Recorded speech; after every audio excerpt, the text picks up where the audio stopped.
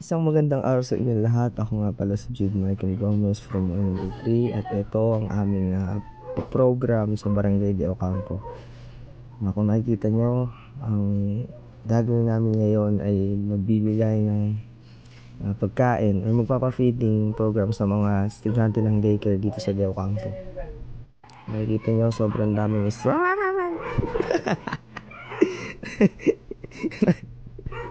nakikita nyo, daming estudyante, mga bata dito na makukulit. Makukulit yung mga yan, pero okay lang, kaya naman namin sila hinandle. Sensya na kayo sa ilong sa background guys, kasi maingay talaga ngayon nagre-record ako katanghali ang tapat. At ayan na si Kuya, akala mo naman ay palike-like pa naman talaga si JB, kala naman talaga. Masaya naman si Kuya sa aming pinamimili ng pagkain. At si ma'am nila JB naman ay stress na, pero okay lang, masaya pa rin tayo sa mga kabataan. Itong mga to, wala tayong magagawa, patawa na lang, sige. At yun, tuloy-tuloy lang. Sige tayo, doon sa dumaan. Maraming salamat sa iyong pagdaan. At tatapusin na natin itong makikita si Robinson tsaka si Johanna. Ayan, kinakausap nila ang mga bata para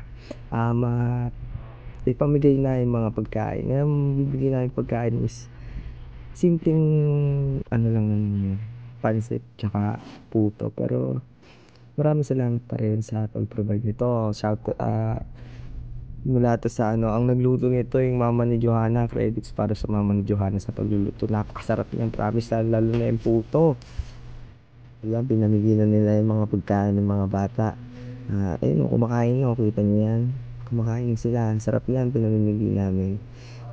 Kunti lang yung naluto o yung provide namin, pero sapat lang para sa kanilang lahat. Hindi na kami natirahan, dapat meron kami dyan. Pero sumobre ay kumulang yung bilang namin sa mga bata. Pero tama-tama lang din para sa kanilang lahat. Ano ba talaga? Kumulang o sumobra? Sige, yan, sige, pamigay nyo na yan. At tignan nyo kung paano namin ibahabahagi ang mga pagkain na to. Sa ilang araw din na pag-duty namin dito sa Barangay de Ocampo ay kami na-assign dito sa pagbantay ng mga bata to. Mga mababait na mga bata, yun na naman si tatay. Mababait na mga bata yung mga yan, kahit na medyo pasaway, syempre go lang, kasi ganyan talaga ang mga bata. Yun, tuloy-tuloy lang tayo sa pagbibigay sa kanila. Sa bilang namin nasa 46 yung mga bata after yan ng practice nila ng graduation nila, mag-grade 1 na sila. Yan, congratulations sa ilang lahat. Nauubusan na ako ng hangin sa pagsasalita dito, pero sige lang, patuloy lang tayo yan. Hindi pa rin sila tapos at paulit-ulit na lang ang video natin. At ito naman sa kabilang side yan, wala na yung tugtog.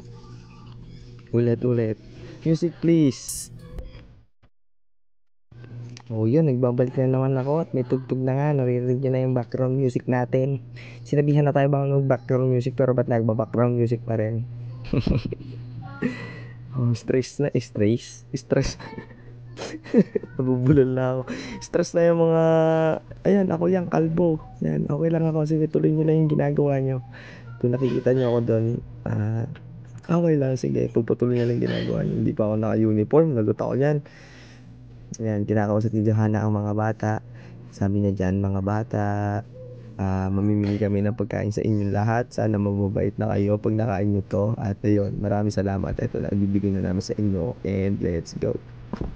So, panoorin nyo lang pamimigay namin ng mga pagkain sa mga bata. Tuloy-tuloy lang yan. Hindi mo na ako masasalita dahil ako'y pagod na. Sige.